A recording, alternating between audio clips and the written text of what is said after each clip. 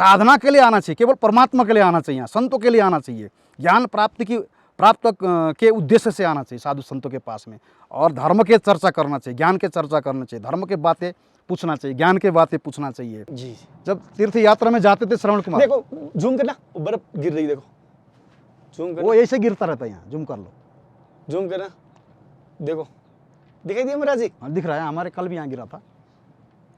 साथियों जैसे आप देख पा रहे हो, श्री कृष्ण भगवान विष्णु के जितने भी अवतार हुए ना, भगवान विष्णु के जितने भी अवतार हुए, क्या उनने महादेव की भक्ति नहीं किया? रामेश्वरम का स्थापना भगवान राम ने किया, हाँ क्या नहीं किया? और जो है श्री कृष्ण भगवान ने जो है महादेव की तपस्या के कैलाश पर्वत में जा करके, ये तो महाभारत में प्रमाण है ना, ये तो कोई हम काल्पनिक तो नहीं बता रहे हैं ना, इसका प्रमाण देता हूं मैं आपको।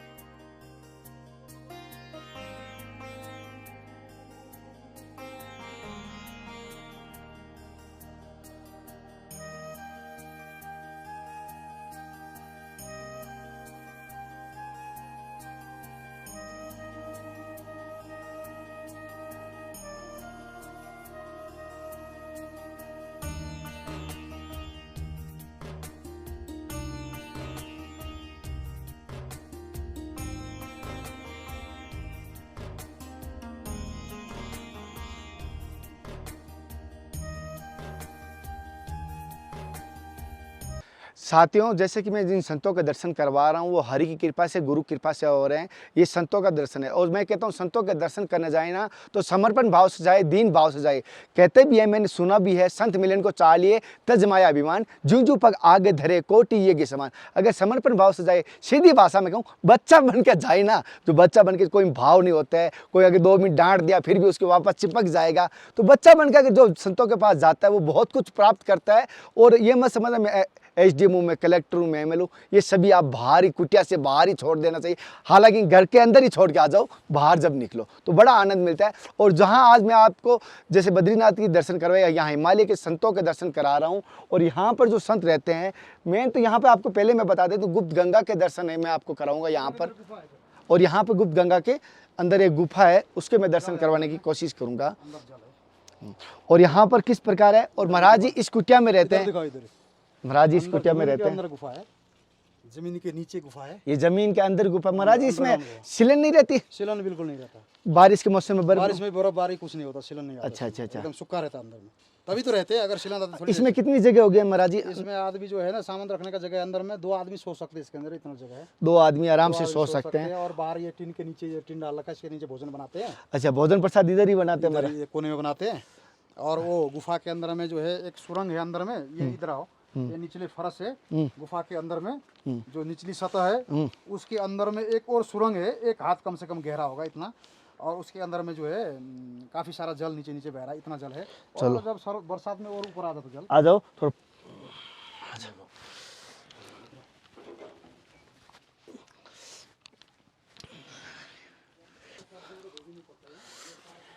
साथियों मैं अंदर आया हूँ यहाँ पर महाराज जी की गुफा के दर्शन करने के लिए, और यहाँ पर एक गुप्त गंगा का दर्शन होता है। इधर है ना, यहाँ पर एक गुप्त गंगा, ये थोड़ा सा लोटा बांधा हुआ है, सॉरी ये लोटा बांधा हुआ है, और यहाँ पर एक गुप्त गंगा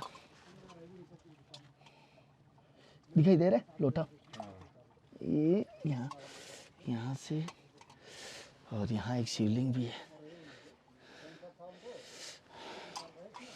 और साथ ही साथ यहाँ पर महाराज जी ध्यान साधना करते हैं। इधर से दिखाना, ये एक स्थान है जहाँ संतों का ध्यान साधना करने का, यहाँ पर बैठते हैं महाराज जी, यहाँ पर बैठते हैं। और ये गुप्त गंगा का दर्शन करवाया। पहले तो महाराज जी मेरी तरफ से और समस्त भक्तों की तरफ से आपके चरणों में साक्षात दंडवत प्रणाम। महाराज जी पहले तो आपका शुभ नाम महाराज जी? मेरा नाम है शिव हरि गिरी, स्वामी शिव हरि गिरी। अच्छा, और महाराज जी जैसे कि आप इस हिमालय में कब से रहते हैं? मैं कम से कम 2001 से लगातार इस हिमालय में निवास कर रहा हूँ। अच्छा, सन 2001 से। और गुरु स्थान महाराज जी? गुरु स्थान हमारा निरंजनी अखाड़ा है, हरिद्वार। अच्छा, और क्रिया योग से भी मैंने दीक्षा ले रखा अलग से। क्रिया योग की जो पद्धति है उससे भी दीक्षित हूँ मैं। अच्छा, और उसकी सारे विद्याएं भी जानता हूँ क्रिया योग के। अच्छा अच्छा, खेचरी मुद्रा भी करता हूँ।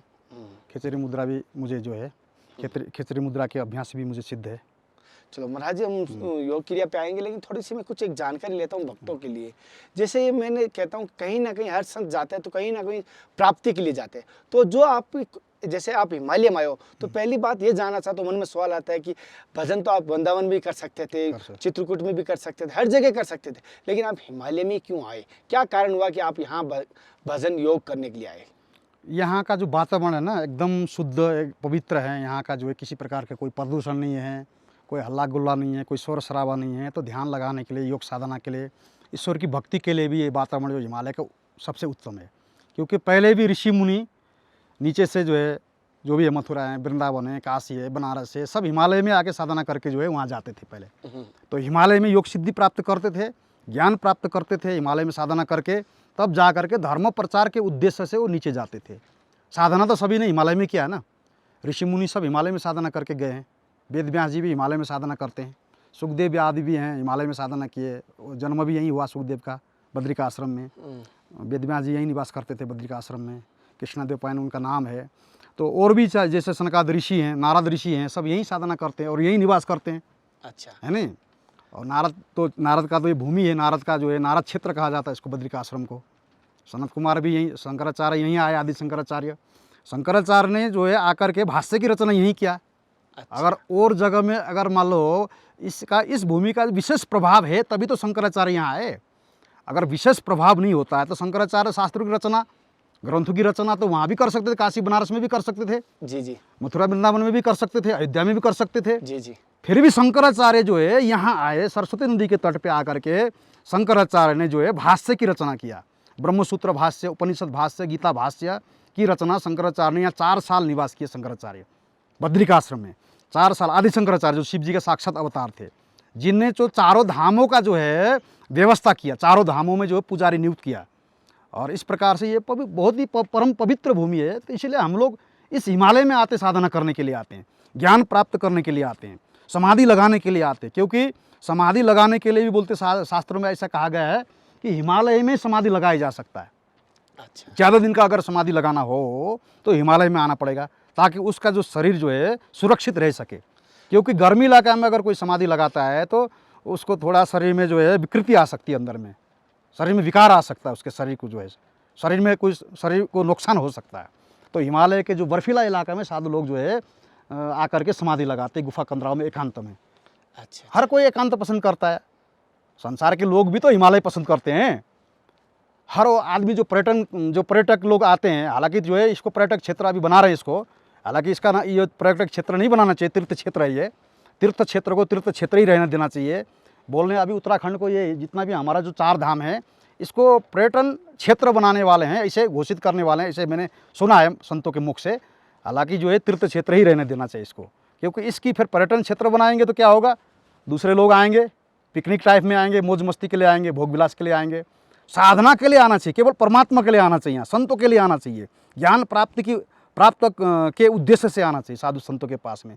और धर्म के चर्चा करना चाहिए, ज्ञान के चर्चा करना चाहिए, धर्म के बातें पूछना चाहिए, ज्ञान के बातें पूछना चाहिए।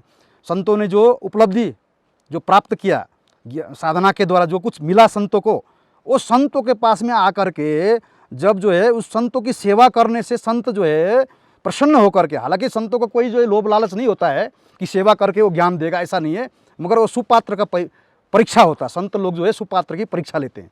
जी जी, तद विद्धि प्रणिपाते न परिप्रश्न सेवया उपदेशन्ति ते ज्ञानम ज्ञानन तत्वदर्शी न, बोलते ना श्री कृष्ण भगवान गीता में अर्जुन को।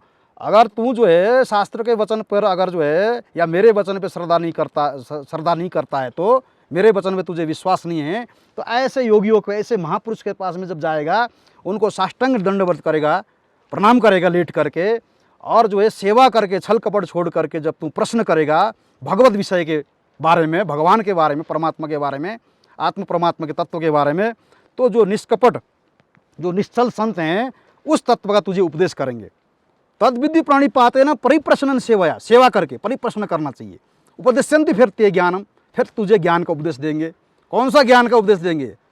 जो गहन, जो अंदर का जो ज्ञान है, बाहर का भौतिक नहीं, आध्यात्मिक ज्ञान है, जो अंदर से उस संत ने कुछ पाया है, आत्मा का जो साक्षात्कार किया है, कुछ चमत्कार प्राप्त किया है उसने, तो वो झलक सुपात्र को दिखा सकता है, बाकी अन्य को नहीं दिखा सकता। ये जो है कोई टीवी में या कोई जो है इसमें जैसे प्रवचन आदि जैसे संत महात्मा टीवी के माध्यम से, चैनलों के माध्यम से करते हैं, वो तो केवल कथा है, मगर अंदर की चीज़ वो नहीं बताते ना वहाँ, क्योंकि वहाँ तो सब प्रकार के लोग होते हैं, अधिकारी भी देख रहा है, अनाधिकारी भी देख रहा है। मगर जो गुण, जो रहस्य है, जो गुण विद्या है, जो अंदर का जो ज्ञान है, तो वो तो अकेले में ही उसको दिया जाता है, जो कोई अकेले संतों के पास में आता है। और संतों की जो है छल कपट छोड़ करके जब सेवा करता है, तो संत फिर अंदर की राज जो है, अंदर का जो रहस्य है, कुछ परमात्मा का जो उसने साक्षात्कार किया होगा, उसका कुछ आभास वो बता देता है। साक्षात पूरा दर्शन तो उसको अपने खुद अपने बल से साधना करना पड़ेगा, मगर वो एक भगवान के एक झलक दिखा देगा, वो विश्वास हो जाएगा उसको कि भगवान है, भगवान है। समझे? हजारों लाखों करोड़ों नास्तिक भी मिलके बोलेंगे कि भगवान नहीं है, तो वो फिर नहीं मानेगा। क्यों? जब किसी संतों के पास में जब जा करके संतों ने जो है, संतों की सेवा करने के बाद जो उसको ज्ञान प्राप्त होता है, या संत कुछ चमत्कार दिखा देता है, उसको कुछ झलक दिखा देता भगवान के विषय में, भगवान के बारे में, या भगवान का स्वरूप ही दिखा देता कुछ। संतों में इतना सामर्थ्य होता है, जो साधना करने वाले संतों में सूक्ष्म रूप में वो भगवान का कुछ स्वरूप दिखा सकता हो।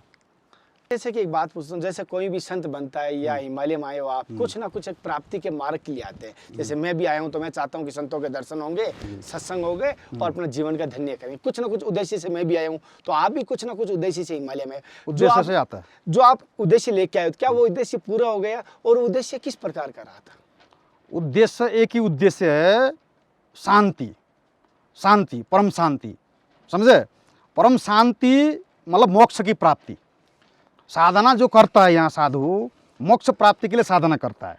ज्ञान प्राप्ति, जो भौतिक ज्ञान प्राप्ति, तो शास्त्रों को ज्ञान प्राप्ति तो पहले हो जाते हैं, मगर उसको दृढ़ करने के लिए, उसको उसका जो प्रत्यक्ष ज्ञान प्राप्त करने के लिए साधना करके उसको हासिल करने के लिए साधु जो है हिमालय के कंदराओं में आता है। शास्त्र पढ़ने मात्र से नहीं होगा ना। शास्त्र तो, हालांकि शास्त्रों के जो वचन बिल्कुल सत्य है, शास्त्रों के एक एक बात सत्य है। वेद पुराण कतो न झूठे, झूठे न जे न विचारे, बोलते हैं ना गुरु नानक देव या संत महापुरुष जो बोलते हैं, वेद पुराण झूठे नहीं है, बिल्कुल सत्य है। मगर सत्य तो है, मगर हमने उस सत्य का साक्षात्कार नहीं किया ना जी। सत्य तो है। जैसे किसी ने जो है भारत का नक्शा देख लिया, नक्शा देख करके जो है भारत में कहाँ कहाँ कौन से जगह है देख लिया, नक्शा के आधार पर तो देख लिया, वो नक्शा तो बिल्कुल सत्य है। उसी तरह शास्त्र सत्य है, मगर हमको उस स्थान में जाना पड़ेगा ना, उसके अंदर का जो जानने के लिए, जी। उस स्थान के बारे में जानने के लिए वहाँ पहुँचना पड़ेगा ना, नॉलेज के लिए जाना पड़ेगा उस स्थान में, तब पूरा पक्का विश्वास हो जाएगा। हाँ, जो नक्शा में देखा था, जैसा देखा था वैसे पाया। तो शास्त्र पढ़ के फिर साधना करना है एकांत में। एक मेरी बहन है, कोई साधक है, उनका कोई सवाल था कि जैसे कहते हैं कि अगर माता पिता की सेवा करें ईश्वर समझ के घर पर भी, तो भगवान इतने प्रसन्न हो जाते हैं कि भगवान स्वयं उसके दर्शन के लिए आ जाते हैं। बहुत सारे उदाहरण दिए हैं। अगर किसी के माता पिता नहीं है, अब वो अगर माता पिता को जीते जी उसने सुख नहीं दिया, उसको बाद में एहसास हुआ है कि मैं गलत था, बहुत सारे, तो उनको क्या करना चाहिए? उनको अब अपने पश्चाताप हो रहा है, तो उनको कैसे उस मार्ग पे, मतलब माता पिता रहते हुए इसने सेवा नहीं किया, हाँ, अब वो मन में पछतावा हो रहा है उनको, ऐसा तो है क्या ना। मार्ग पे चले वो केवल अपने पापों का प्रायश्चित करे, जो भी उससे जो माता पिता का जो सेवा करने का जो धर्म था, उसका पुत्र का कर्तव्य था, उसने नहीं किया है, तो उसका जो है प्रायश्चित करे, भगवान का भजन में मन लगाए कि मेरे भाग्य में ऐसा ही लिखा था, परमात्मा ने प्रारब्ध में ऐसा ही था। समझे? प्रारब्ध में ऐसा ही था। अब भगवान राम भी तो जो है 14 साल वनवास में चले गए, माता पिता का जो सेवा करने का तो इच्छा तो उनका भी था ना, भगवान राम का भी था, मगर वो सेवा करने का नहीं था, क्योंकि उनको वनवास, उनके भाग्य में वनवास लिखा था। दशरथ जो है बड़ा दुखी हुए थे। दशरथ राम के वियोग में प्राण छोड़ के चले गए, राम का वियोग में उन्हें प्राण त्याग दिया, भगवान राम का पुत्र मोह में। तो माताएं भी दुखी थी, कौशल्या आदि भी दुखी थी। तो कहने का मतलब सबके भाग्य में माता पिता का सेवा करना लिखा भी नहीं होता ना। सभी का भाग्य में माता पिता का सेवा करना लिखा नहीं होता जी। किसी के भाग्य में माता पिता का सेवा करना लिखा होता, किसी के भाग्य में नहीं लिखा होता। ये भाग्य, हाँ, उसने अगर प्रायश्चित किया है, उसको दिल में दुख है, मैंने अपने माता पिता का सेवा नहीं किया, मगर अगर माता पिता को उसने कष्ट दिया होगा, दुख दिया होगा जब माता पिता जिंदा थे, तो उसका श्राप तो खैर लगेगा ही लगेगा। क्यों? क्योंकि जब तक माता पिता जिंदा थे, माता पिता का उसने जो है, माता पिता का दुख पहुंचाया, माता पिता का कष्ट पहुंचाया, माता पिता का जो है, माता पिता को डांटा फटकारा, गाली दिया, माता पिता कहना नहीं माना, माता पिता के उपदेश को नहीं माना, तो उसका जो है उसको दंड तो अवश्य मिलेगा। परंतु अगर जो है उसने नहीं किया है, केवल सेवा मात्र नहीं कर पाया माता पिता का, जीवित में सेवा से वंचित रह गया, अगर उसको दिल में दुख है, प्रायश्चित कर रहा है, तो उसका कोई दोष नहीं लगा, उसको कोई पाप नहीं लगा उसको। अच्छा। हाँ, उसको पाप नहीं लगा। और माता पिता को सताया है, माता पिता को दुख दिया है, उसको कष्ट दिया है, तो उसको उसका जो है तपस्या करके, उसको साधना भजन करके उसका पापों का प्रायश्चित कर लेना चाहिए। अच्छा जी। जब तीर्थ यात्रा में जाते थे श्रवण कुमार, देखो जूम करना, बर्फ गिर रही, देखो जूम करना, वो ऐसे गिरता रहता है, यहाँ जूम कर लो, जूम करना, देखो दिखाई दिया महाराज जी? हाँ दिख रहा है, हमारे कल भी यहाँ गिरा था। साथियों जैसे आप देख पा रहे हो, महाराज जी को दिखा दे। नहीं मैं देख रहा हूँ, मैं तो हर बार देखता हूँ, मैं तो रहता ही यहाँ ना, हाँ। गिरता रहता है यहाँ पे। महाराज जैसे ये बर्फ इतनी गिर रही है, हाँ। बहुत, क्या कभी आपको ये जो है ना, जब ग्लेशियर जो धूप से पिघलता है ना, जी, तो या फिर हजारों साल के पुराने ग्लेशियर भी कभी कभी जो है ना, अभी क्योंकि हिमालय में प्रदूषण बढ़ रहा है, लोग ज़्यादा जो है प्रदूषण, लोग आ रहे हैं हिमालय में, गाड़ी आदि के धुआं है, प्रदूषण है आदि है ना, मतलब ये हिमालय में मतलब ताप बढ़ रहा है ना, हिमालय में ताप बढ़ रहा है, तो इससे क्या होता है, ये पुराने जो हजारों साल के जो ग्लेशियर है पिघल रहा है। अच्छा, क्लाइमेट चेंज होने की वजह से, ग्लोबल वार्मिंग की वजह से ये सब जो है ना, इसमें अंतर पड़ रहा है मतलब। अच्छा महाराज जी, एक मैं जानना चाहता हूँ, तो आपके जीवन का अनुभव, क्या आपको कभी भगवान के दर्शन हुए? तो हुए तो किस प्रकार हुए? कोई जीवन की सत्य घटना बताइए ना। भगवान के दर्शन तो सर्वप्रथम मुझे स्वप्न में हुए। भगवान ने स्वप्न में दर्शन दिया था, तीनों देवताओं ने भी मुझे दर्शन दिया, विष्णु, ब्रह्मा, विष्णु, महेश ने। और फिर जागृत में देवी ने भी दर्शन दिया, स्वप्न में हनुमान जी में। तो सपने में दर्शन भी दुर्लभ दर्शन होते हैं, इसे तो शास्त्र में कहा गया है, सपने के दर्शन को भी साक्षात दर्शन के समान ही मान लेना चाहिए, ऐसा शास्त्र में, महाभारत आदि में वर्णन मिलता है। परंतु मुझे भगवान शंकर जी ने साक्षात भी दर्शन दिया, शिवलिंग में दर्शन दिए थे साक्षात। ऐसे दुर्लभ शिवलिंग मिला था मुझे, जिस शिवलिंग को जो है मैं आगे यहाँ वीडियो के माध्यम से व्यक्त अच्छी प्रकार से नहीं कर सकता हूँ, ऐसे इशारा में मैं कर देता हूँ, कोई ऐसे कोई पत्थर होता तो कर, ऐसे मैं कर देता हूँ आपको।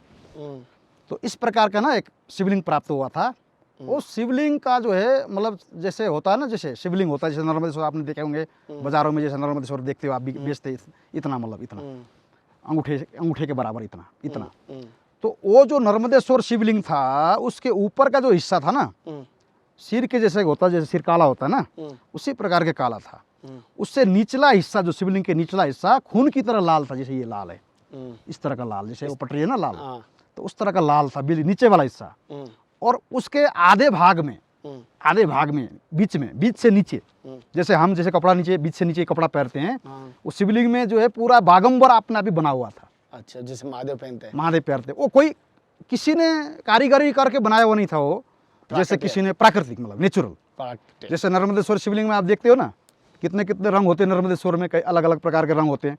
या नदी के पत्थरों में देखते हो कैसे कैसे रंग होते हैं, अलग अलग, एक ही पत्थर में अलग अलग रंग होते हैं। तो उसी प्रकार के वो शिवलिंग में जो है पूरा बागंबर, रियल बागंबर बना हुआ है, शंकर जी ने जैसे बागंबर पूरा पहरा हुआ। और ठीक बागंबर के ऊपर में कैलाश पर्वत बना हुआ है, नेचुरल कैलाश पर्वत, हिमालय, सफेद हिमालय। अच्छा, थोड़ा सा गोल्डन कलर में आगे से ना, तो वो सुनहरी कलर में। और उसके साइड में, जैसे हिमालय के साइड में दो दूसरे पर्वत होते हैं ना, साइड में बगल वाले पर्वत, जिसमें देवदार और चीड़ के वृक्ष खड़े होते हैं, उस प्रकार का। और उसके बीच में शंकर भगवान बैठे हुए हैं ध्यान मुद्रा में, कर्पूर गौरम रूप में।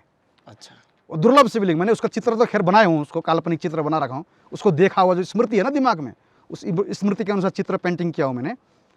मगर वो जो है मेरे पास में कम से कम 15-20 दिन तक मेरे पास में रहा वो दुर्लभ शिवलिंग, मुझे कोई रूप धारण करके। महाराज जैसे आपने शिवलिंग की बात करो, क्या आपके जीवन में ऐसी चमत्कारी घटना और भी घटी जिससे कि आस्था आपकी और बढ़ गई और आपके हिमालय में रहने की मुझे शिवलिंग को, जब शिवलिंग मेरा अदृश्य हो गया मेरे पास से, शिवलिंग अदृश्य होने के बाद वो शिवलिंग चला गया मेरे पास से, उसके बाद मुझे फिर भगवान ने अंगूठे में दर्शन दिया।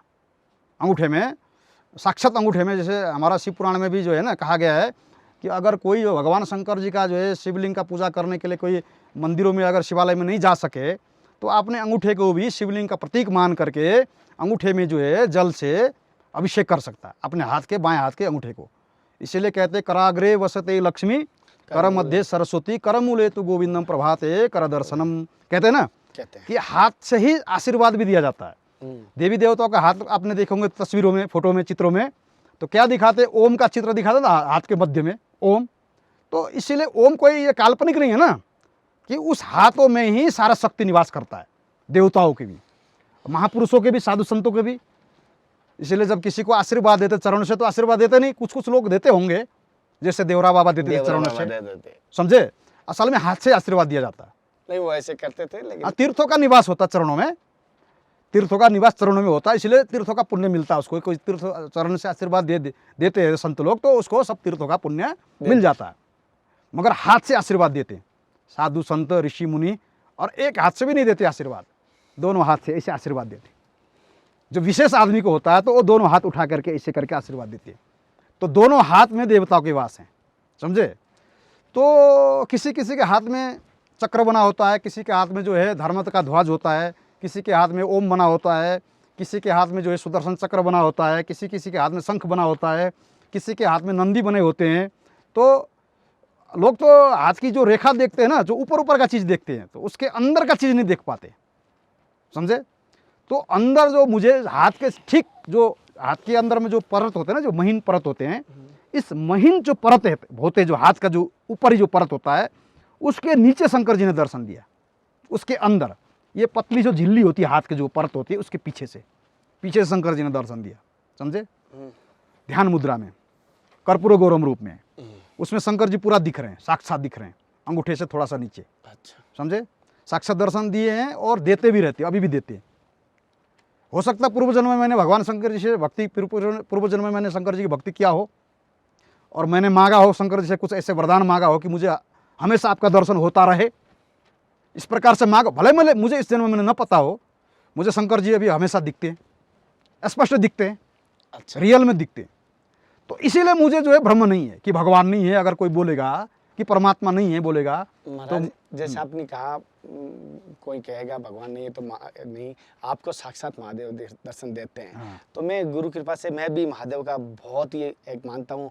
हर हर महादेव ऐसा मैं बोलता हूँ। महादेव का शिवलिंग को एक निराकार के रूप में, जैसे हमारे संस्कृत में भाषा में उसको चिन्ह कहा गया है। मैं इसके बारे में बहुत सारों को प्रचार भी किया। क्या महादेव के दर्शन की अभिलाषा हम भी है? क्या आपके माध्यम से हमें हो सकता है दर्शन, या किसी भक्त को हो सकता है? अभी आपको महादेव के दर्शन तो मैं छोटा सा झलक तो दिखा सकता हूँ, मगर झलक दिखाने पर भी आपको स्वयं ही महादेव का जो है ना भजन करके आपको स्वयं दर्शन करना पड़ेगा।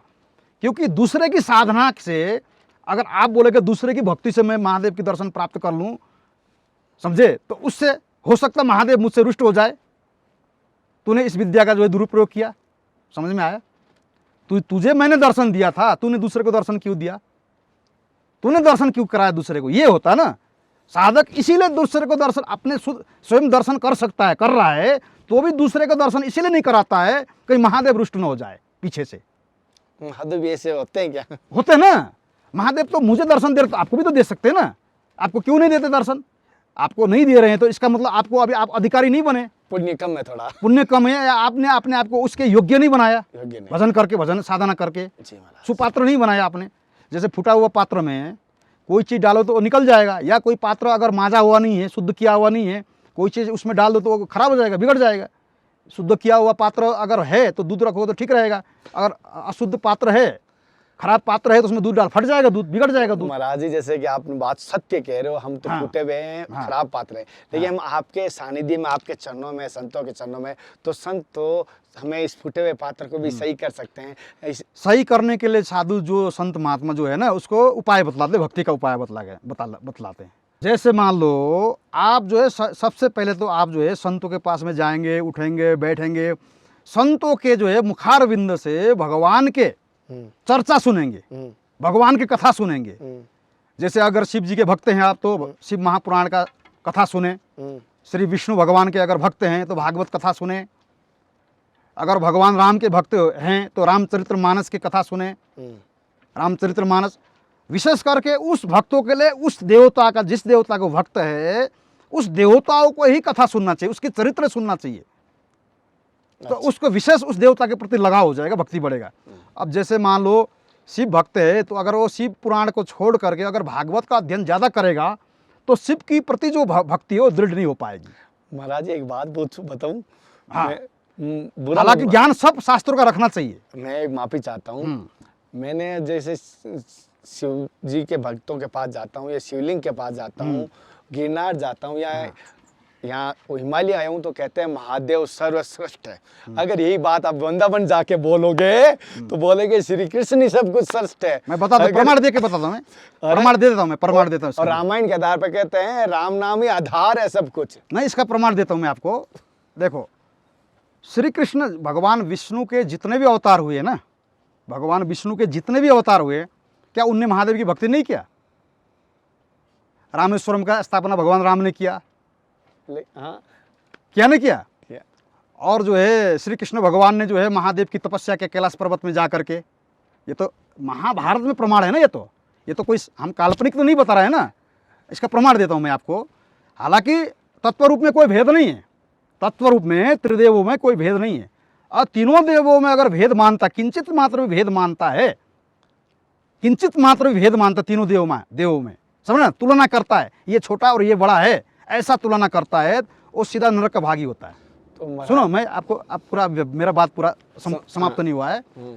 क्योंकि हरि और हर में कभी भेद मानता जो मनुष्य, अज्ञानी मनुष्य, उसको अनंत काल तक, अनंत जन्मों तक, लाखों लाखों जन्म तक, करोड़ों करोड़ों जन्म तक उसको रोरक नरक में पढ़ना पड़ता है, ऐसा स्पष्ट शास्त्र में लिखा हुआ है। जब घंटाकर्ण को दर्शन देने के लिए भगवान शिव जी आए यहाँ हरिहर रूप धारण करके, यहीं घंटाकर्ण बद्रिकाश्रम में, वो भेद मानता था, हरि और हर में भेद मानता था। घंटाकर्ण बोलता था कि मैं भगवान शिव का ही भक्त हूँ, भगवान नारायण का भक्त नहीं हूँ, और नारायण के नाम से चिढ़ता था। जो कोई भक्त जो है नारायण का नाम लेता था तो कान में घंटा बांध करके वो हिला देता था, उसने कान में घंटा बांध लिया था, नारायण का नाम भी सुनना नहीं चाहता था वो। बद्रिकाश्रम की बात है ना, जहाँ हम अभी बैठे हुए हैं, तो उसका नाम पड़ा घंटाकर्ण। भगवान शंकर जी उसको ज्ञान देने के लिए, शिक्षा देने के लिए आए, बेटा हम दोनों में कोई अंतर नहीं, कोई भेद नहीं है, हम दोनों एक ही हैं, हमारा रूप भिन्न भिन्न है, तत्व रूप से हम एक ही हैं, तत्व रूप से हम एक ही हैं। फिर भी उसने शंकर जी का बात भी, अपने इष्ट का बात नहीं माना, आधा शरीर का पूजा किया उसने, आधा अंग का पूजा किया, हरिहर रूप धारण करके आया था ना, आधा शरीर शिव जी का, आधा शरीर विष्णु का, आधा शिव का था, हरिहर रूप, हरिहर अवतार भी बोलते हैं उसको। तो वो भेद शंका, भगवान ने वो रूप क्यों धारण किया? वो अज्ञानी को ज्ञान देने के लिए भगवान ने वो रूप धारण किया कि हम दोनों में कोई भेद नहीं है, समझे बाद में।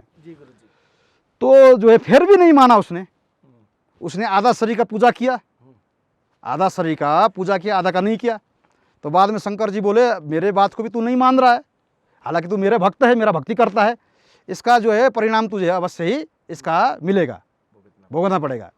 तो बाद में जब ज़्यादा लोग परेशान करने लगे, नारायण नारायण नाम जो है उसके सामने जा कर के बोलने लगे, तो भगवान फिर रुष्ट होकर के उसने जो है भगवान विष्णु के बहुत सारे भक्तों का संहार कर दिया। उसने घंटाकर्ण नाम का एक राक्षस था, तो भगवान विष्णु ने फिर उसका सुदर्शन चक्र से उसका वध किया। वध क्या किया? उसका सिर अलग कर दिया, राहु की तरह उसको जिंदा रखा, राहु की तरह, जैसे राहु केतु है ना अलग अलग।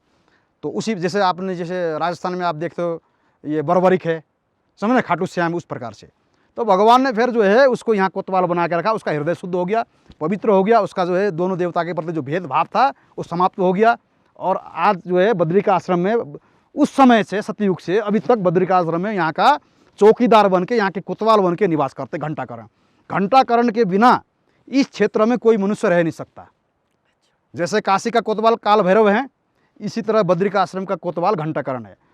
और दूसरी बात है, शिव जी छोटे नहीं हैं। लोग बोलते हैं ना, वैष्णव लोग जो मथुरा वृंदावन वाले बोलते हैं कि शिव जी छोटे हैं और भगवान श्री कृष्ण बड़े हैं, ऐसा बोलते हैं ना, वो उनका कहना गलत है। ये तो महाभारत में प्रत्यक्ष प्रमाण है। महाभारत और रामायण और महाभारत दो महाकाव्य हैं। क्या है? दो महाकाव्य है ना।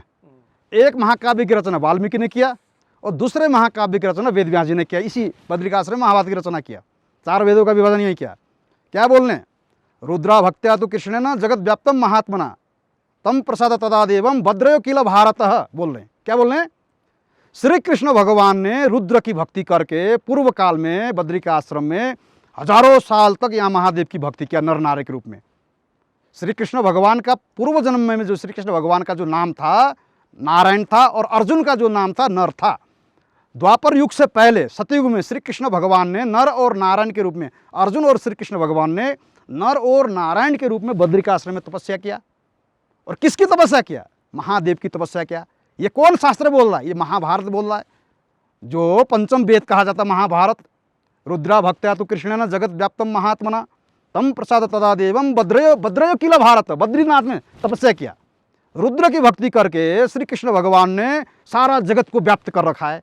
श्री कृष्ण भगवान ने रुद्र की भक्ति किया कैलाश पर्वत में जाकर के, द्वापर में भी, सतयुग में तो नर नारायण के रूप में किया ही है भक्ति, हजारों वर्ष भक्ति किया। यहाँ महादेव के पार्थिव शिवलिंग बना करके 2 शिवलिंग बना के पूजा करते थे। अर्जुन नर के रूप में अलग शिवलिंग की पूजा करते थे, भगवान नारायण अलग शिवलिंग की पूजा करते थे, समझे। आदि केदार है यहाँ, आप जाके देख लो आदि केदार, बद्रीनाथ भगवान के जो मंदिर है ना, बद्रीनाथ भगवान के मंदिर से नीचे जो गर्म कुंड है, गर्म कुंड के ऊपर में आदि केदारेश्वर, असली जो आदि केदारेश्वर यही है। ये सतयुग के केदार आदि केदार, और वो द्वापर के केदार है जो पांडवों को जहाँ भगवान ने दर्शन दिए थे, 5 पांडव को, जो भैंसे के रूप में भगवान शंकर जी जो है विचरण कर रहे थे, जब उनको कुल हत्या का, गोत्र हत्या का पाप लगा था, तो भगवान वेद व्यास जी ने बोला था कि केदार क्षेत्र में तुम जाओगे तो भगवान महादेव का दर्शन करोगे, तब तुम जो है कुल हत्या के, गोत्र हत्या के पापों से मुक्त हो जाओगे। तो पांडव लोग भगवान शंकर जी के दर्शन करने के लिए केदारनाथ में आए थे। जब भगवान जो है भैंसों के झुंड के बीच में भैंसा बन के विचरण कर रहे थे, तब एक एक भैंसों को भीम के पैर के नीचे से हाँका। धर्मराज ने बोला भैंसा के रूप में शिव जी हो सकते, इनके बीच में, इनके मध्य में, इसका परीक्षा लेना चाहिए। एक एक भैंसों को हाँको भीम के टांग के नीचे से। भीम ने टांग फैला दिया दोनों साइड में, और उसके नीचे से सारा भैंसों को हाँका। भगवान शंकर जी भैंसों के रूप में थे, पशु के रूप में, पशु का रूप धारण करके रहे थे भगवान शंकर जी, विचरण कर रहे थे। जब शंकर जी पीछे पीछे हो गए, बोले, फिर वो लास्ट में जो भैंसा था उसको हाँका, तो वो शंकर जी थे, महादेव थे भैंसा के रूप में। तो वो जो है उनको दर्शन देना नहीं चाह रहे थे, तो बोले वो सारा सिर घुसा दिया, और आगे का सिर नेपाल पशुपतिनाथ में निकला, और जो धड़ भीम ने पकड़ लिया पीछे से, बोले यही है महादेव बोल के पकड़ लिया। पकड़ा तो वो भगवान शंकर जी ने उस शरीर का वहीं त्याग कर दिया, वो शरीर पाषाण का हो गया, वो केदारनाथ है, उसी को केदारनाथ बोलते हैं। वो पशु के जो पीछे का हिस्सा होता है ना, जो भैंसा का, उसी तरह का है वो शिवलिंग, और आगे का जो हिस्सा वो नेपाल में पशुपतिनाथ में निकला, मनुष्य रूप धारण करके निकला वो, आगे समझ रहे। तो वो पंचमुखी महादेव है, पंचमुखी है ना। महादेव का जो है 5 सिर है ना, 5 सिर कौन से, उस सिर का अलग अलग नाम भी है। अघोर, ईशान, तत्पुरुष, वामदेव, सत्यजात। ईशान जिसको बोलते हैं ऊपर की तरफ सिर है, जो सारा संसार पर जो शासन करने वाला है, समझे। ऐसे 11वां रुद्र हैं। तो 11वां रुद्र में एक रुद्र जो शंकर नाम के जो रुद्र हैं, वो कैलाश पर्वत में निवास करते, बद्री का आश्रम के ठीक, भगवान के मंदिर के ठीक सामने 150 किलोमीटर में अगर ऐसे जाओगे तो कैलाश पर्वत है, मानस सरोवर है। तो भगवान का जो श्री विष्णु भगवान का जो प्रतिमा का जो मुख्य इधर है, कैलाश पर्वत की तरफ में है। तो यहाँ भगवान ने शिव की तपस्या किया, और ये भी कहा है, युवाम प्रसितो गात्रेभ्यो मम पूर्व सनातन अयम में दक्षिणे पार्श्व ब्रह्मा लोक पितामह वाम पार्श्व विष्णु पालको हृदय हरा। बोला तीनों देवता की उत्पत्ति महादेव से, ऐसे कहा गया शास्त्रों में। कैसे?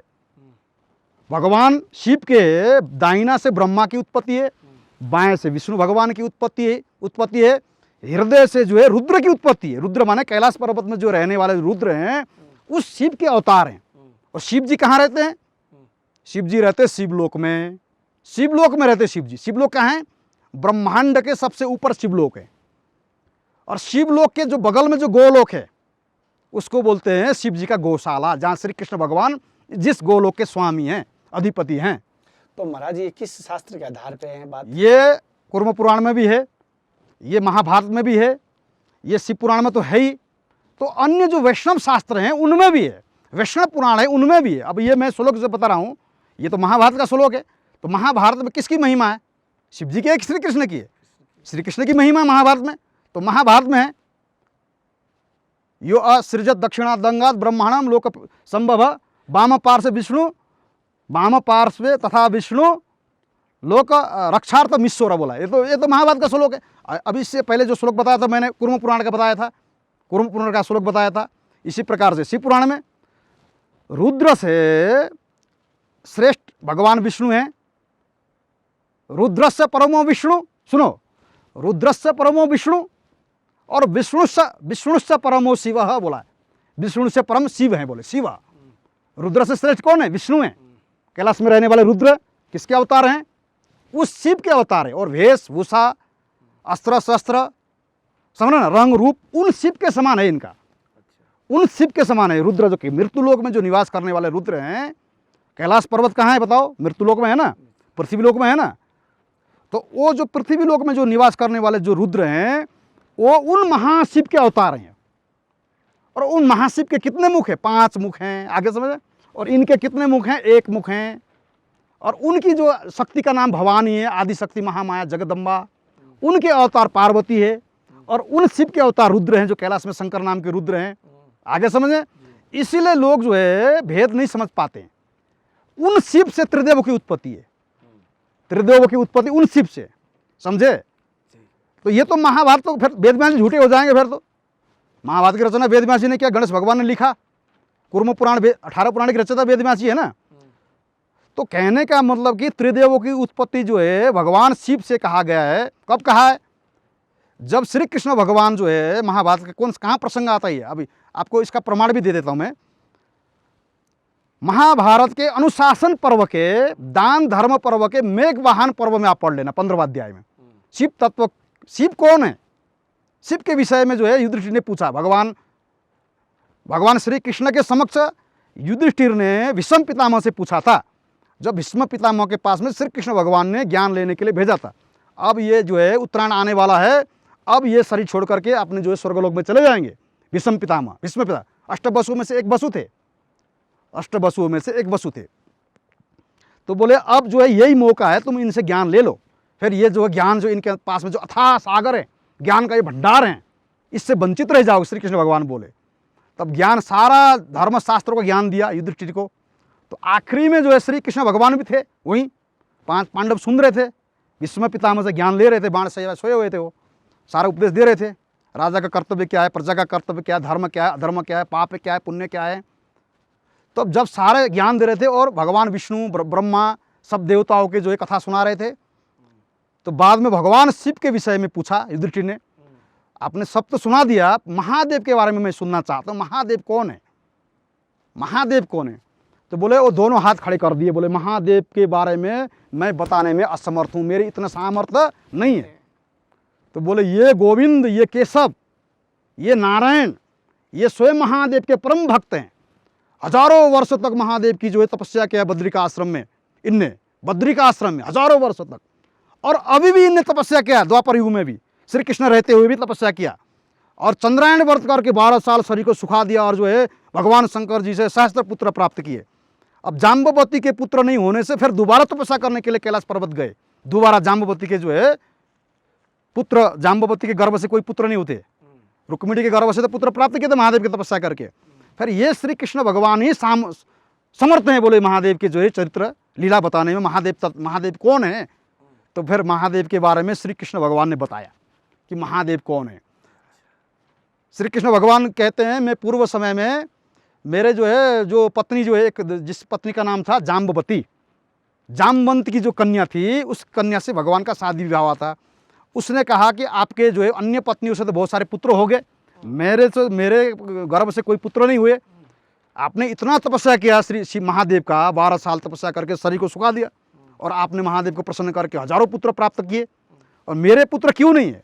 मुझे भी पुत्र चाहिए, मेरा भी इच्छा है मेरे गर्भ से भी पुत्र हो जाए। तो भगवान श्री कृष्ण कहने लगे, ठीक है, अगर पुत्र का इच्छा है तो मैं महादेव की तपस्या करने के लिए कैलाश पर्वत में जाता हूँ। तो भगवान जो है श्री कृष्ण ने गरुड़ का आह्वान किया, गरुड़ को बुलाया, गरुड़ को जो बुला करके अपने भाई से, बलराम से, अपने माता पिता से, सबसे जो है आज्ञा लेकर के, अनुमति लेकर के गरुड़ के पीठ पे बैठ करके कैलाश पर्वत के तलेटी में गए, जहाँ संदीपनी के गुरु उपमन्यु ऋषि का आश्रम था। तो उपमन्यु ऋषि के पास में जा करके श्री कृष्ण भगवान ने उनके चरणों में साष्टांग प्रणाम किया, और उपमन्यु ऋषि से 8 दिन तक भगवान शिव का कथा श्रवण किया श्री कृष्ण भगवान ने, महादेव का।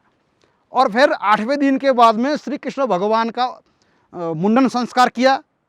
किसने? उपमन्यु ऋषि ने, संदीपनी के गुरु ने मुंडन संस्कार किया। फिर जो है शिखा सूत्रों का शिखा सूत्र, जैसे गुरु जब चोटी लेता है ना, जब मंत्र दीक्षा देता है तो चोटी काटने का विधान है हमारा उसमें शास्त्र में। फिर उनको जो हमारा जो शास्त्र की प्रणाली से, पद्धति से उनको मंत्र दीक्षा दिया श्री कृष्ण भगवान को, पंचाक्षरी मंत्र दिया कान में, और उनको शिष्य बनाया श्री कृष्ण भगवान को।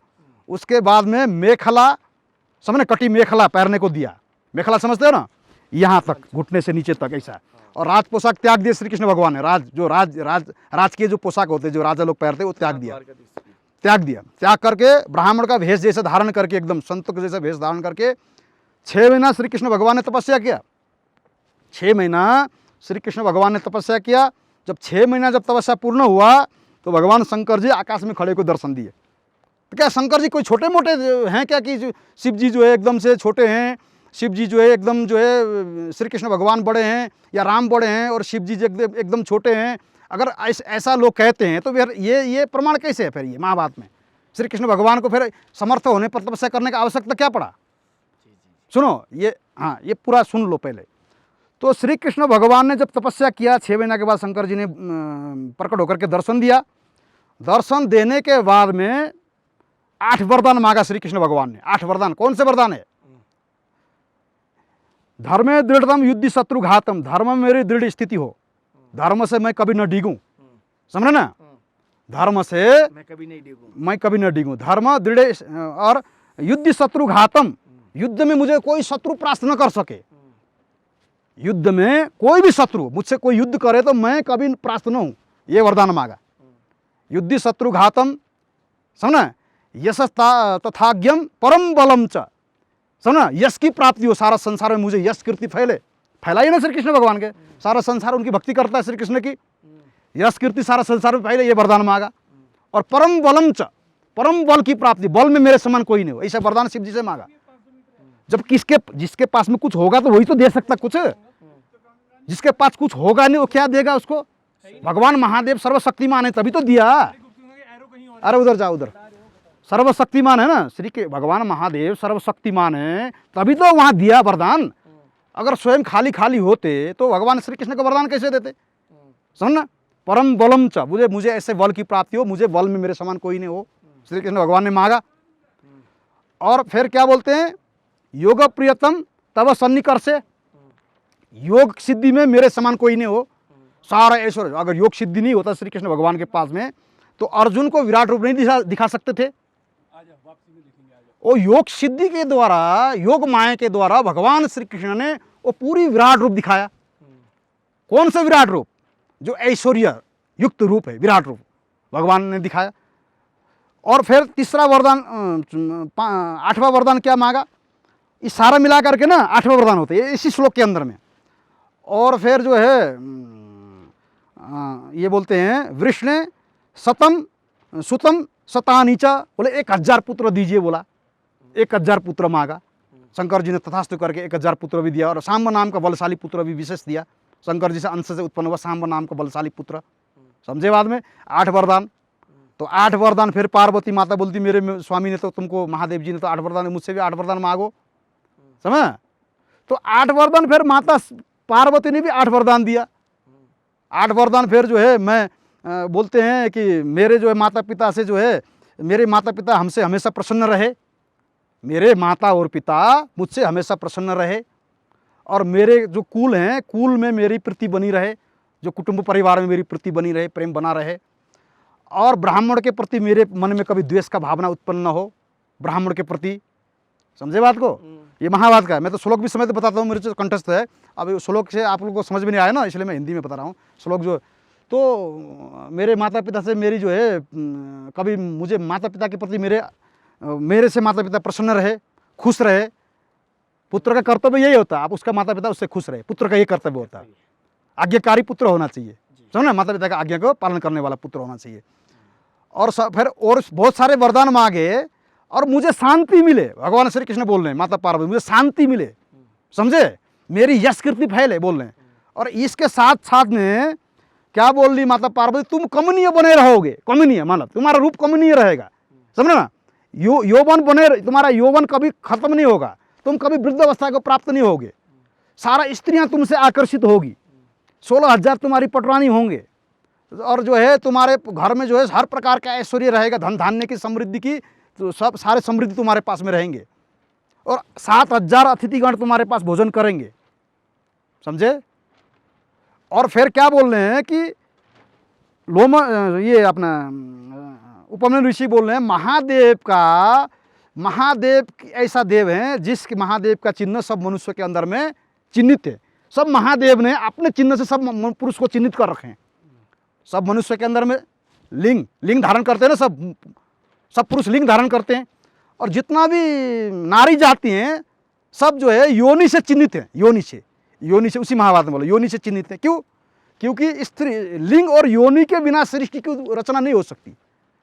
जितना भी जीव जंतु है, चराचर के प्राणी है, जितना भी जीव है ना, सब तो यही दो चीज़ से अंकित है ना। अगर ये दो चीज़ से अंकित ना हो, शिव शक्ति से अंकित ना हो, जगत के पिता और जगत के माता, समझ ना, आदि शक्ति बोलते ना, शिव और शक्ति, अगर शिव शक्ति से रहित हो जाए मनुष्य, तो क्या ये सृष्टि का विस्तार होगा? सृष्टि बन सकता है? तो ये जो है, इसीलिए प्रत्यक्ष शिव जी और मनुष्य जितना भी पुरुष हैं, भगवान शिव के चिन्ह से, शिवलिंग से चिन्हित है। और जितना भी नारी हैं, माता के जो है भग योनि से चिन्हित हैं। इसीलिए महादेव की पूजा बोले विष्णु ने भी किया, ऐसा इसी में महाभारत में कौन ऐसा देवता है जो महादेव की पूजा न किया हो, बताओ सृष्टि में? महाराज जी जैसे भी आपने चिन्हित की, अब सुनो, और मैं बताता हूँ। जैसे भगवान विष्णु ने सुदर्शन चक्र प्राप्त किया था, तो किससे प्राप्त किया था? ये तो सारा सबको विदित ही है ना, सारा संसार को विदित है। जो विष्णु भगवान दुष्टों का, असुरों का संहार करते हैं, जिससे पालन करते हैं, जिससे संहार करते हैं, राक्षसों का वध करते हैं, वो सुदर्शन चक्र किसने दिया है? विष्णु भगवान को महादेव ने दिया। जब 1000 कमल भगवान जो है विष्णु ने आपने पूजा, नील कमल, जब ब्रह्म कमल बोलो, नील कमल बोलो, वो तोड़ के रखा, एक एक नामों से एक कमल चढ़ाते थे पार्थिव शिवलिंग बना करके। तो भगवान शिव जी ने परीक्षा लेने के लिए एक कमल चुरा लिया सूक्ष्म रूप में आकर के, अदृश्य रूप में। तो भगवान विष्णु ने जब लास्ट में देखा एक कमल कम है, अब 999 कमल तो चढ़ा दिया, अब एक कमल लेने कहाँ जाऊँ? अब जाऊँगा तो मेरी पूजा सारा खंडित हो जाएगी। भगवान विष्णु ने सोचा, मुझे भक्त लोग कमल नयन कहते हैं, हरिस्ते सहस्रम कमल बलिमाधाय पदयो यदेर को नहीं तस्मिन निज मुदहर नेत्र कमलम। आपने नेत्र कमल चढ़ा दिया भगवान विष्णु ने निकाल करके। मुझे भक्त लोग कमल नयन कहते हैं, समझो ना, कमल के समान मेरा नेत्र है। तो शंकर जी प्रकट हो गए और भगवान विष्णु को आपने छाती से लगा लिया, सीने से लगा लिया और कहा कि जो है, मैं तो आपकी भक्ति का परीक्षा ले रहा था, आप और मुझ में कोई भेद नहीं है, जो आप हो वही मैं हूँ, जो मैं हूँ वही आप हो, समझो सुनो। तो फिर बाद में जो है सुदर्शन चक्र का निर्माण भगवान शंकर जी से बाएं पैर के अंगूठे से सुदर्शन चक्र, समुद्र के जीवों को, गर्वीले जीवों को मार करके समुद्र को, जल को फैन की तरह भगवान ने अंगूठे से घुमाया था शिव जी ने। तो उसने करोड़ों सूर्य के समान प्रकाश उत्पन्न हुआ था उस अंगूठे को घुमाने से। तो उससे समुद्र से जो है सुदर्शन चक्र का निर्माण किया भगवान शिव जी ने, निर्माण किया। तो उस चक्र को कोई देख नहीं पा रहा था, इतना तेजोमय चक्र था। वो देख नहीं पाने के कारण जो भी देखता था उसके आंखें जो है चुंदिया जाती, उसकी आंख से दिखाई नहीं पड़ता। तो भगवान शंकर जी ने कहा कि ये सुदर्शन हो जाए, सुदर्शन हो जाए का मतलब दर्शन के योग्य हो जाए। भगवान शिव जी ने ऐसा कहा, तो वो सुदर्शन का जो तेज कम हो गया, तो उसको भगवान विष्णु ने धारण किया। आगे तो अगर जो सुदर्शन चक्र का तेज को भगवान शंकर जी ने कम नहीं किया होता, तो उस शस्त्र को कोई देख भी नहीं पाता, उसको धारण भी नहीं कर पाता। शंकर भगवान ने उस सुदर्शन चक्र को जो है भगवान विष्णु को प्रदान किया। और सुदर्शन चक्र लेकर के भगवान विष्णु वैकुंठ में चले गए। वैकुंठ में गए, वैकुंठ में जाने के बाद में भगवान जब भगवती लक्ष्मी को कहा, महादेव जी का भक्ति करके मैंने सुदर्शन चक्र प्राप्त किया, सारा वृत्तांत कहा सुनाया लक्ष्मी माता को। तो लक्ष्मी माता ने भी विचार किया कि मुझे जो है भगवान की जो है अर्धांगिनी कहते हैं, मैं भगवान की अर्धांगिनी हूँ, नारायण की, समझ, इसीलिए श्री कहते, श्रीपति बोलते ना विष्णु भगवान को, श्री माने लक्ष्मी। तो लक्ष्मी माता भी मृत्यु लोक में आकर के, पृथ्वी लोक में आकर के पार्थिव लिंग बना करके महादेव की तपस्या किया। मुझे भी करना चाहिए, पति ने तो किया, आधा अंग ने तो किया, आधा अंग में हूँ, मुझे भी करना चाहिए। तो भगवान शंकर का पार्थिव लिंग बना करके पूजा, तो महादेव दर्शन नहीं दे रहे थे लक्ष्मी माता को, काफ़ी तपस्या करने पर भी, काफ़ी शिवलिंग की पूजा करने पर भी। फिर आपने जो है ना विचार किया, मेरे पति परमेश्वर ने तो जो है अपने नेत्र कमल चढ़ाया था, मैं क्या चढ़ाऊँ, नारी का सबसे सुंदर अंग कौन सा होता है? ऐसा जब विचार किया तो ये स्तन ही सबसे सुंदर होता नारी का, जो वक्षस्थल। तो ऐसा सोच करके माता लक्ष्मी ने आपने जो है स्तन के समान जो है स्तन, छाती में जो वक्षस्थल में जो स्तन है, उसको चाकू से काट के शिवलिंग में अर्पण कर दिया। ये हर लोगों को ये नहीं पता है, बहुत लोगों को ये ज्ञान नहीं है। शास्त्र पढ़ने वालों को तो ज्ञान है, जो शास्त्र को सही ढंग से बारीकी से अध्ययन करते हैं। किस शास्त्र में वर्णन आया है? इसमें ये बृहद धर्म पुराण में भी आया है, और भी बहुत सारे पुराण में आया है, और श्री सूक्त में भी है। ये श्री सूक्त है ना, लक्ष्म्यास्तनत उत्पन्न महादेव च प्रियम, समझना, महादेव से प्रियम बिल्व वृक्ष प्रयच्छामि बिल्व पत्रम शिवार्पणम। लक्ष्म्यास्तनत उत्पन्नम, लक्ष्मी के स्तन से उत्पन्न है ना। और फिर आदित्य वर्णो तपसो आदित्य वर्णो तपसो अधिजातो वनस्पति तव वृक्ष अथ बिल्व ऐसे श्लोक आता है, समझो ना, आदित्य बनो ऐसे कुछ श्लोक है। तो वो आदित्य जो श्री सूक्त में भी आता है, तो वो श्री सूक्त में भी लक्ष्मी के तप से बिल्व नाम का जो है वनस्पति की उत्पत्ति हुई। तपसो अधिजातो बोले ना, आदित्य बनो तपसो अधिजातो, अधिजात, समझो ना। तो वनस्पति तब वृक्ष अथ बिल्व बोला, तो बिल्व वृक्ष भी किससे उत्पन्न हुआ है? नारायण, बिल्व वृक्ष भी लक्ष्मी माता के स्तन से उत्पन्न हुआ ना। शंकर जी को चढ़ाया ना स्तन काट करके, धर्म बृहद धर्म पुराण तो स्पष्ट आप पढ़ लेना, उसमें बृहद धर्म पुराण में लिखा हुआ। तो और भी शास्त्रों में लिखा हुआ, श्री सूक्त तो वेदों का जो है सूक्त है ना, वेदों का सूक्त है, उसमें तो स्पष्ट है। तो कहने का मतलब है कि भगवान विष्णु ने भी शिव की पूजा किया, शिवलिंग की पूजा किया, भगवान श्री नारायण ने, श्री कृष्ण भगवान ने भी शिवलिंग की पूजा किया, और जितना भी हमारे सृष्टि में जितना भी देवी देवता हैं सब शिवलिंग की पूजा करते थे, करते हैं, करते रहेंगे आगे, समझ में। क्योंकि नारद जी को जब अभिमान हो गया था, अब ये मैंने बीच में छोड़ दिया, जब शिवलिंग में जो है स्तन काट के चढ़ाया तो भगवान महादेव जी प्रकट हो गए, और लक्ष्मी माता का जो स्तन जो है पुनः पहले जैसा हो गया, और जो स्तन काट के जो चढ़ाया था उससे बिल्व वृक्ष की उत्पत्ति हुई, बिल्व वृक्ष की उत्पत्ति हुई। जो बिल्व बेल में जो बिल्व वृक्ष में जो फल लगते हैं वो स्तन के समान गोल फल लगते, तभी उसी के कारण, समझे बात में। तो फिर भगवान शंकर जी को तब से वो प्रथा चली कि बिल्व वृक्ष शंकर जी को प्रिय हो गया। उससे पहले बिल्व, उससे पहले नहीं, उससे पहले नहीं, लक्ष्मी माता के तपस्या से उत्पन्न हुआ ना, उससे पहले बिल्व वृक्ष कहाँ था? उससे पहले बिल्व वृक्ष नाम वनस्पति की उत्पत्ति नहीं हुई थी ना, लक्ष्मी माता से उत्पत्ति हुआ ना उसका। अच्छा, तो अभी श्री वृक्ष कहते उसको, श्री वृक्ष कहते हैं, बिल्व वृक्ष को श्री वृक्ष कहते हैं, आगे समझ में।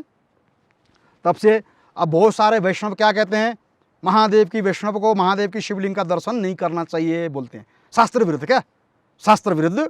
सन्यासी आदि को नीचा दिखाने के लिए ना, अपमान, शिव का अपमान तो करते ही हैं वो लोग। क्यों? रामानंदी नहीं करते हैं, जो हमारा जो राम के जो भक्त हैं ना, जो अयोध्या वाले राम के जो भक्त हैं, कभी शिव का जो है निंदा नहीं करते वो लोग। शिव का कभी रामानंदी राम को उपासना करने वाले कभी नहीं करते। इस्कॉन वाले का वीडियो आप देखो यूट्यूब में, नाना प्रकार के वीडियो शिव के जो है विपरीत बना रखे हैं, शिव का जो है, शिव का निंदा उनमें आप देखो जो है उनका इस्कॉन जो हरे कृष्ण हरे राम वाले के, उनमें शिव जी को बोले दही के समान मानते, और भगवान विष्णु को, श्री कृष्ण भगवान को दूध के समान मानते वो लोग। अरे शिव जी अगर दही के समान हैं, श्री कृष्ण भगवान अगर दूध के समान है, तो वहाँ फिर हजारों वर्ष जो सतयुग में क्यों तपस्या करना पड़ा यहाँ बद्रिका आश्रम में, और फिर जो द्वापर युग में क्यों तपस्या करना कैलाश पर्वत में जा करके?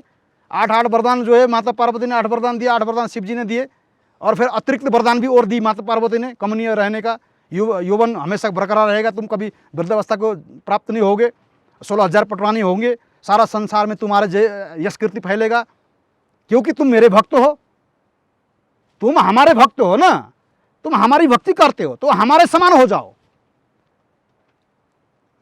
रुद्रा भक्त्या तो कृष्ण जगत व्याप्तम महात्मा ना, रुद्रा की महाभारत में बताया ना, रुद्र की भक्ति करके श्री कृष्ण जगत को व्याप्त करके स्थित है, रुद्र की जो है भक्ति के प्रभाव से।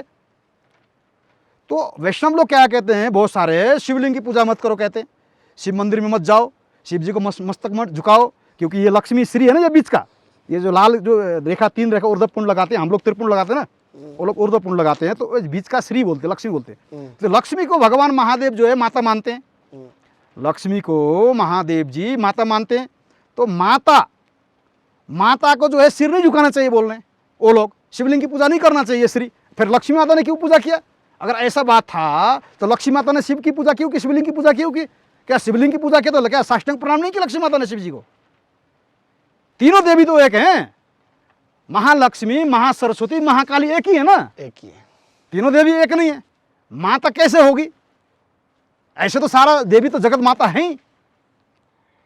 जैसे अभी मान लो कपिल ऋषि हैं, कपिल ऋषि की माता ने उनसे ज्ञान लिया उनको, उसी तरह से जो है माता भी, पुत्र अगर जो है कोई अवतार हो तो उसको भी भगवान मान के ज्ञान लेते हैं, समझे जी महाराज।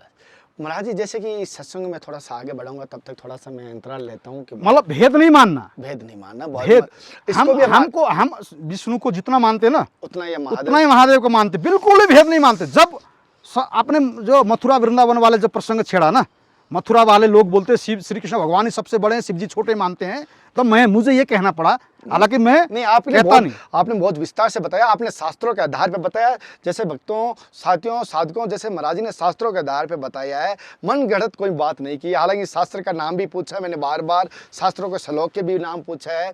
हालांकि सत्संग जारी रहेगी। जैसे आप देख पा रहे हो मौसम थोड़ा सा खराब हुआ है, तो देख ऊपर से दिखाना, और बारिश भी हो रही है, ग्रीष्ली भी पीछे थोड़ा गिर है, तो ये महाराज जी से सत्संग लूंगा। जैसे सत्संग जारी रहेगी, हम महाराज जी से अगर कोई भक्त सवाल करना चाहता है तो कमेंट करना, और महाराज की सत्संग के बारे में अपने विचार है एक बार कमेंट करके बताना। महाराज जी से योग के बारे में सवाल करूंगा, और साथ साथ ही महादेव को प्रसन्न के बारे में भी सवाल करूंगा, महादेव को कैसे प्रसन्न किया जाए। तो अभी तक की सत्संग आपको कैसी लगी कमेंट करके मुझे जरूर बताना। थोड़ा सा 1 घंटे का वीडियो बनने की वजह से थोड़ा इंटरवल करता हूं, और सत्संग हमारी जारी रहेगी। अपने विचार कमेंट करना। तब तक जय हिंद, हर हर महादेव, हर हर कृष्णा, जय बद्री विशाल धाम की, जय गुरुदेव, जय हर हर, हे नाथ, हे मेरे नाथ। मैं आपको बोलूँ नहीं, जय गुरुदेव। एक बार बस स्टॉप कर ले।